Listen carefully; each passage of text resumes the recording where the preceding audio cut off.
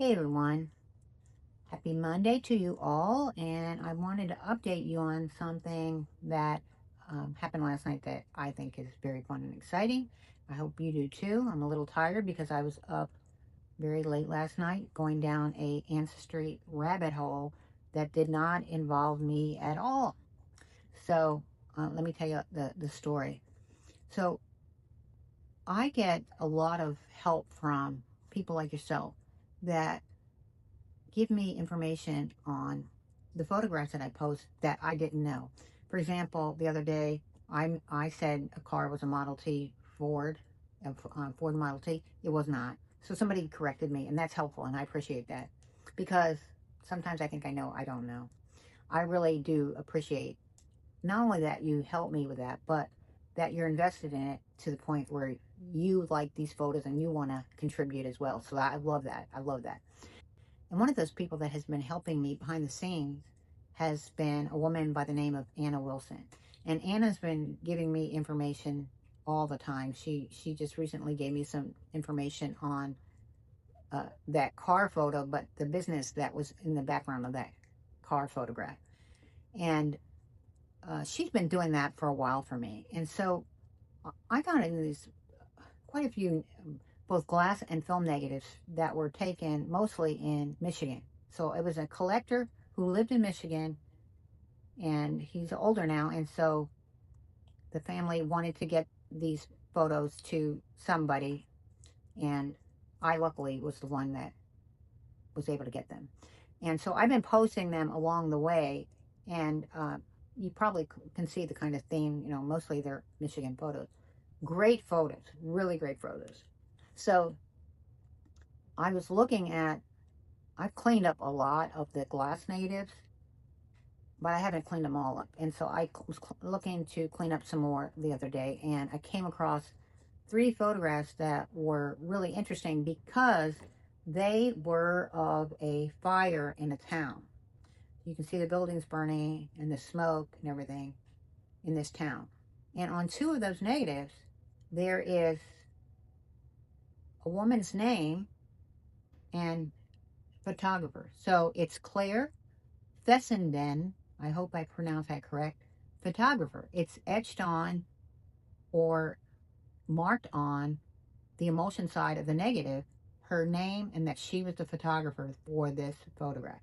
So because Anna has been helping me a lot, I sent her one of them and I said, hey, can you find out some information on this person?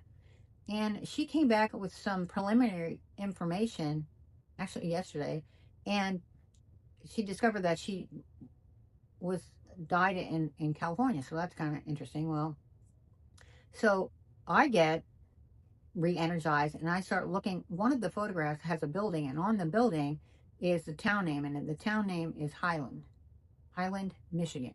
Okay, so I looked it up. There's a Highland, Michigan. Yes, that's Highland, Michigan.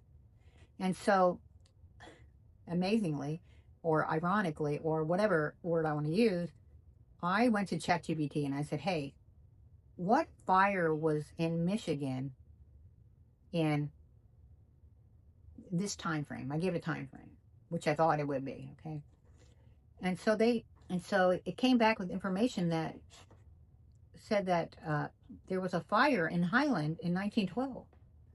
So that kind of started making sense because I knew Claire was born in 1878. So this would have put her at what, 34 years old when this photograph was taken, if this information is correct. And they gave me a link to the site, and I have a call out to them that the town map actually has a marker on there where the fire occurred in 1912. Okay, so things are starting to really sound kind of interesting to me. I'm really starting to get interested in this. And then Anna and I are going back and forth with information she found, information I found, and we're starting to build this story. Okay, so come to find out, in Claire's mother's obituary, it states in there that the family moved to Fenton in 1913. Starting to make a little more sense, right? Because if this fire took place in 1912, maybe the fire displaced the family, and that's when they decided to move. And so they did move, and then in 1917, Claire's mother passed away. And then her father, he passed away in 1920. And he passed away in a military hospital. So I'm not entirely sure how long he was hospitalized, but he was hospitalized in a military hospital. So he was buried in a military cemetery. The mother, however, had already been buried in the Highland Cemetery. So amazingly, or interestingly, they are not buried together. So the 1900 census has Claire as a assistant postmaster, which is interesting. Then we go to the 1910 census, and she is a telephone operator, which is interesting because 1910, if she was a telephone operator during this fire that occurred 2 years later, that makes sense. She would have been in town and she would have known, hey, there's a fire going on. And obviously, she was an amateur photographer and she was able to take these pictures. So that's the 1910 census. Then we go to the 1920 census, and she is now located in Washington, D.C. She's a boarder in someone's home, and she is listed as a clerk in the census, the 1920 census. So that's kind of interesting. How did Claire get from Michigan to Washington, D.C.? Fast forward to the 1930 census, and this is where census reports are so interesting, particularly for that time frame, because they give you so much information. It's really very interesting. So in the 1930 census, she is now living in Los Angeles, California, and her occupation, there's nothing listed there. So she's not working in 1930 census when it was taken. So we fast forward to 1940 census, and she's still in Los Angeles, but now the census report has her as a chiropractor. Okay, so 1940, she is now what, 40? She's 62 years old, and she's a chiropractor. So between 1930 and 1940, she got her chiropractor license, which is amazing because, first it's a woman doing this, and I don't know how dominant males were in 1940 in that um, line of work, but I bet there's not a ton of women doing that, you know. So, but also that she did this at such a later stage of life. I mean, that's so interesting to me.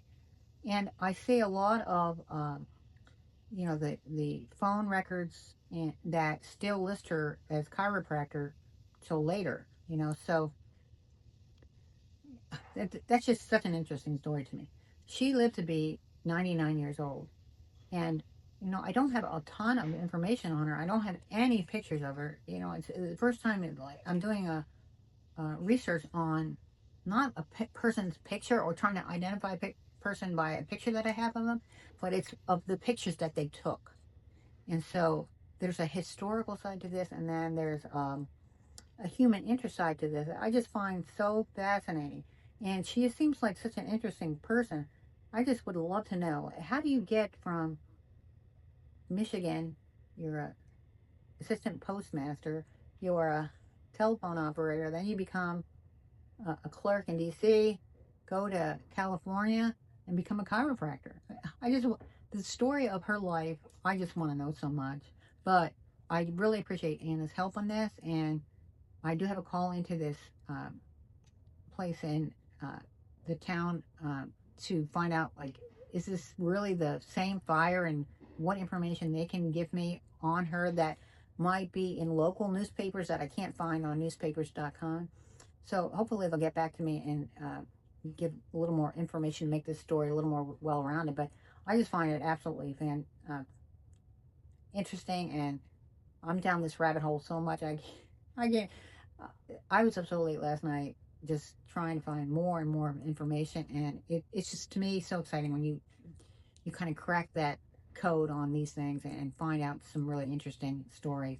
yeah, that's the story of last night's adventure. I hope you find it as interesting as I do, because I just was totally absorbed in this whole thing. It's a very interesting story. One of the photos taken by Claire of the fire of 1912 in Highland, Michigan.